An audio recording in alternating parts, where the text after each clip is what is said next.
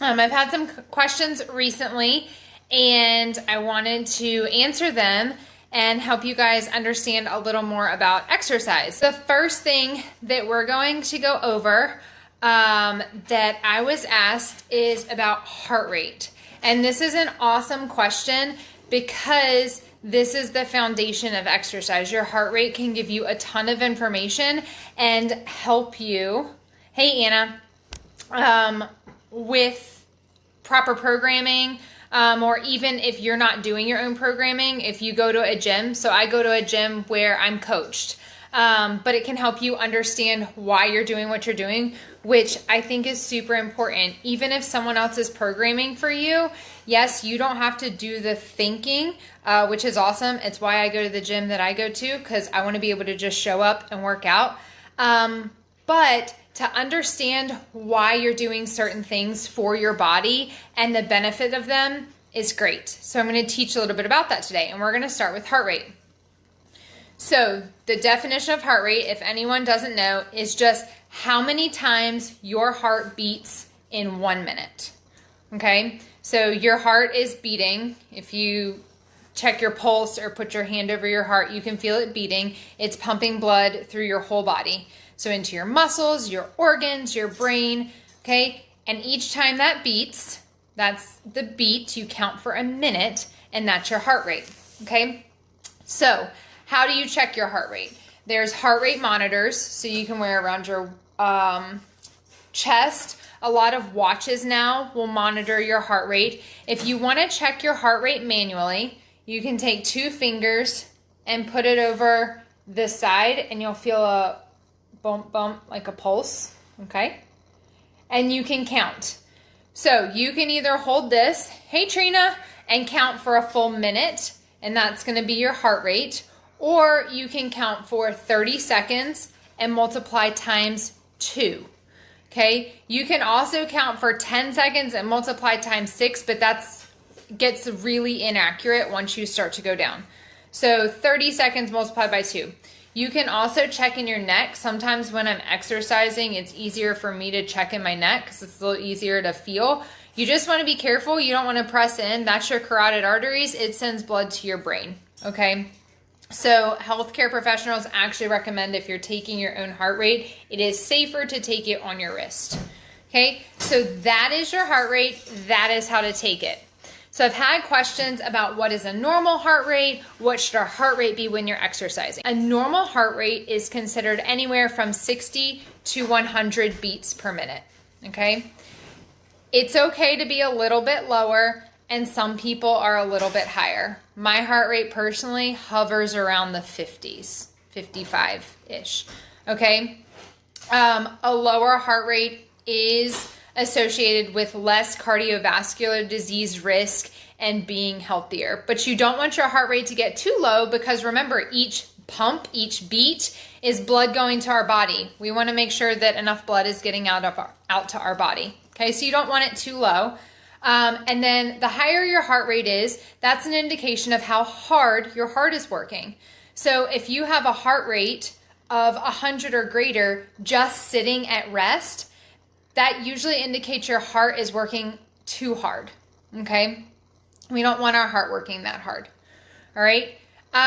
So that's normal heart rate, 60 to 100 beats per minute. How do you find what your heart rate should be for exercise? This is going to vary, okay? It's going to vary for the individual, and it's also going to vary for the exercise. I'm gonna give you guys a pretty standard guideline, and you can do the math yourself, okay? So the easiest way to know your maximum heart rate is 220, so 220 minus your age. So for me, at 29 years old, my maximum heart rate would be 191, okay? This method is not 100% accurate. There are more accurate methods of determining your max heart rate. However, this is the easiest one, and it's good enough, all right, for what we're planning. So my max heart rate is 191. Now, when you're working out, you're going to base this off of you're gonna base your percentages off of your maximum heart rate, okay? So, very light, hey Betsy, very light exercise is gonna be less than like 60% of your max heart rate, okay? Light exercise, still around that like 60 to 60, right around 60%. When we get into moderate exercise, that's where we're gonna be going from 60 to 75%. And then vigorous exercise is gonna be about 75 to 95%. And then you're at your max when you're getting around 95 to 100%. Okay, so what does all that mean? I just threw a bunch of numbers at you. When you're looking at exercise intensity, for most purposes, we're gonna wanna stay between 60 and 80%. If I'm gonna be measuring my heart rate for exercise, for aerobic moderate intensity exercise, I'm gonna wanna keep it between 115 beats per minute and 153 beats per minute, okay? And we're gonna go into why this matters. Anything above 153 is gonna get into more of the vigorous activity in the very light or light category, okay? Very light and light is just gonna improve your overall health. So this is just moving your body, which is always good. This is also going to be where you're going to do recovery at, okay? When we talk about fat burning and building muscle, that's where we're getting to moderate to vigorous activity, okay? So moderate is going to improve your aerobic fitness. That's that 60 to 80%.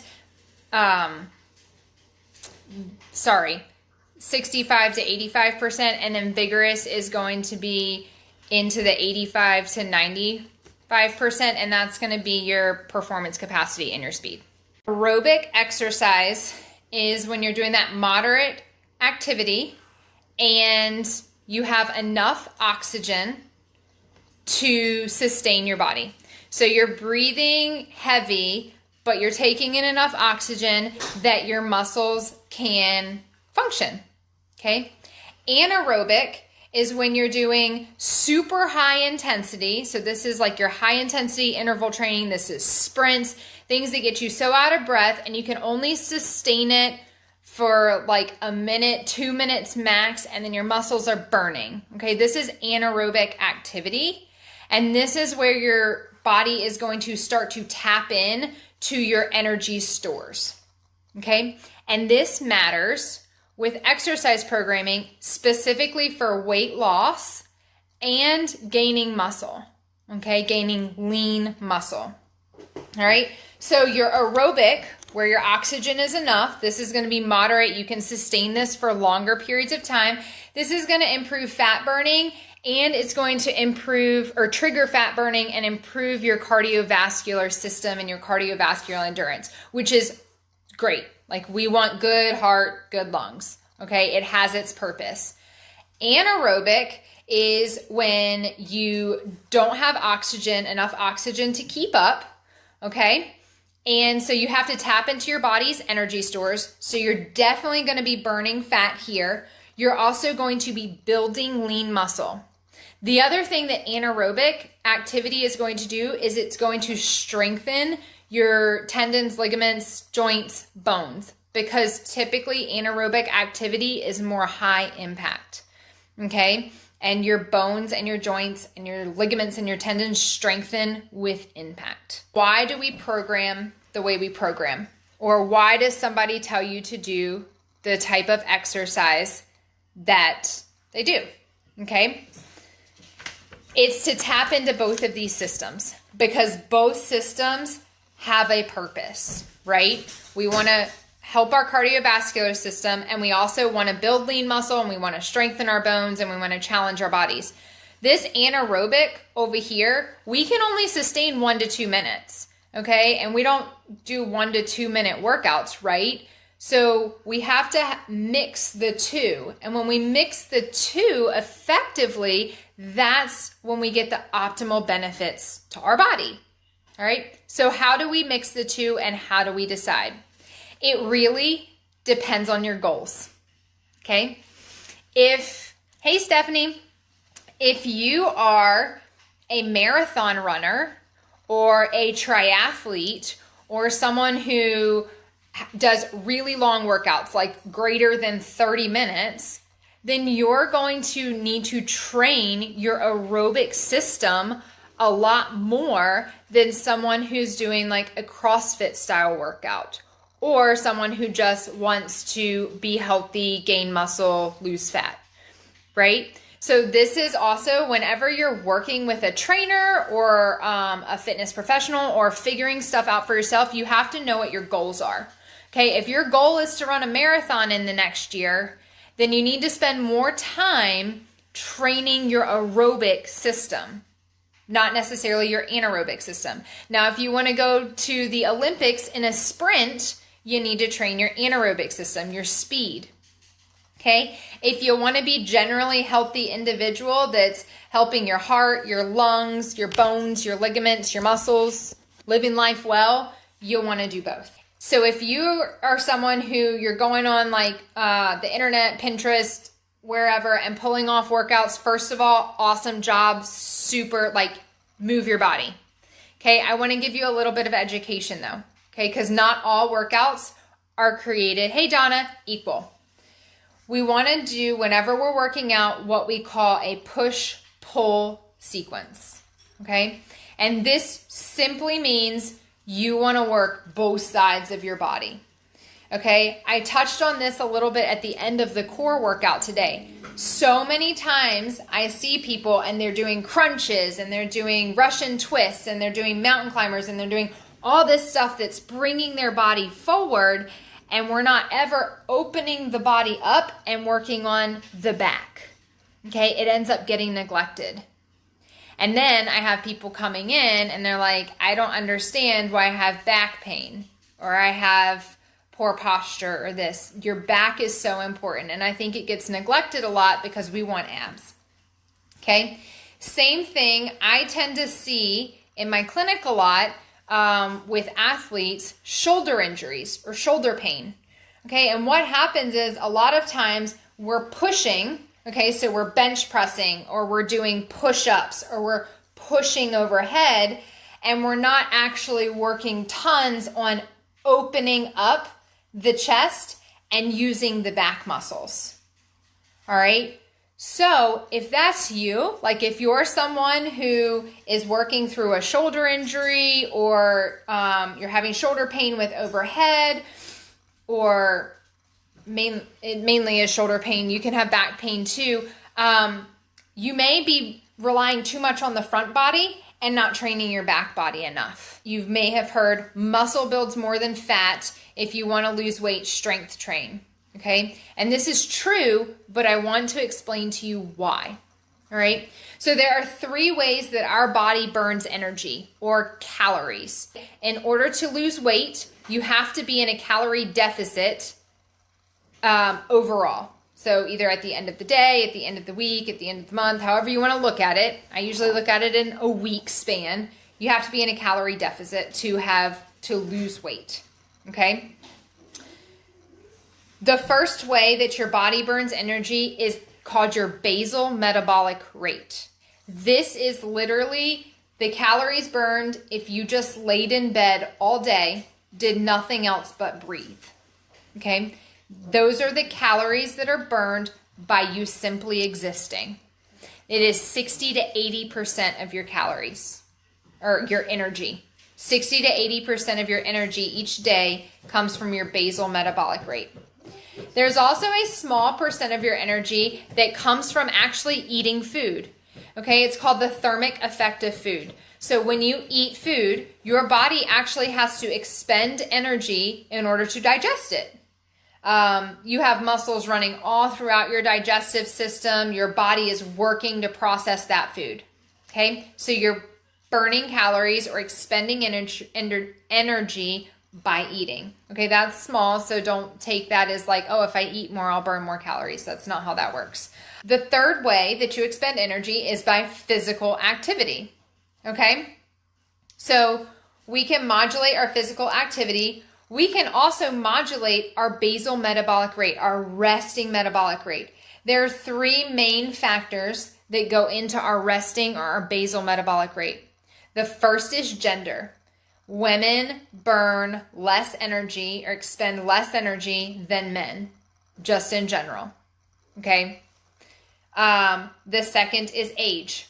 If you have the same body composition at 20 as you do at 40 you will be expending less energy at rest, purely because of your age. Okay. So we can't really control our gender that much, and we can't really control our age. We get older every day. What we can control, the third thing that makes up your basal metabolic rate, is your muscle mass. Muscle tissue expends more energy than fat tissue. Okay? So that's where the concept or the saying, if you have more muscle, muscle burns fat or muscle burns energy and you will lose weight. That is the way to adjust your basal metabolic rate, which we already said is 60 to 80% of our energy expenditure. Okay? So increasing your muscle mass increases your basal metabolic rate. Regardless of anything else you do, you will burn more calories that way or expend more energy. Thus, if you stay in calorie deficit, you will lose weight. Okay? And then there is physical activity. So the more physical activity you do, then you will expend energy that way. The last question that I got, which was a really good question, was what conditions would prevent someone from performing an exercise? And I get this question a lot, like, oh, well, should I do this exercise? Here's the deal. There is, if you ever go into a gym or you're working with a trainer, there is a form called the PAR-Q. It's basically a questionnaire about your ability to participate in physical activity. Okay. The main questions on it are regarding your heart. So do you have a heart condition or chest pain at rest or with physical activity? If you answer yes to that, me or any other fitness professional should tell you to go check with your doctor before engaging in physical activity, in new physical activity. Okay? If this is something that you already have under control and your doctor knows about physical activity, it's fine. But so heart conditions would be something that I would say you need to check with your doctor with. If you have anything where you just suddenly lose consciousness, that's obviously a safety hazard with exercise. So that would be where you want to check with your doctor. So like seizures or just random passing out spells. And then the last one, and this is going to have a caveat with it, is any bone condition that could be negatively impacted by physical activity. Okay. Now, and this is something like osteopenia, osteoporosis. For women, there are people that have vitamin deficiencies and they have brittle bone disease. So that I would say, okay, we need to make sure it's cleared with your doctor. Now, with all of that being said, you should be able, any health, wellness, fitness professional should be able to modify for you.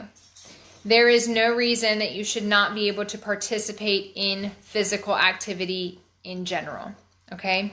Now, you may have something that, so I work with people all the time and I modify for them. It's okay, we're working through an injury or we're working through this or this exercise. You're not performing it correctly. It's causing you pain. So let's modify.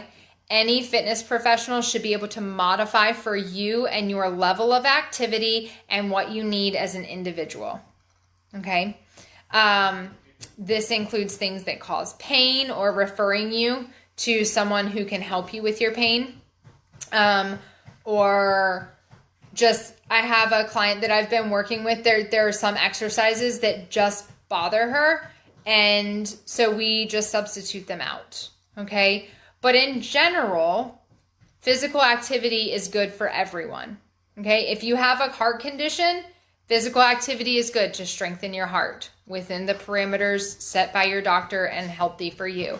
If you have a joint condition, physical activity is good to strengthen your muscles and lubricate your joints. If you have a bone condition, physical activity is good to help lay down new bone and make you more resilient.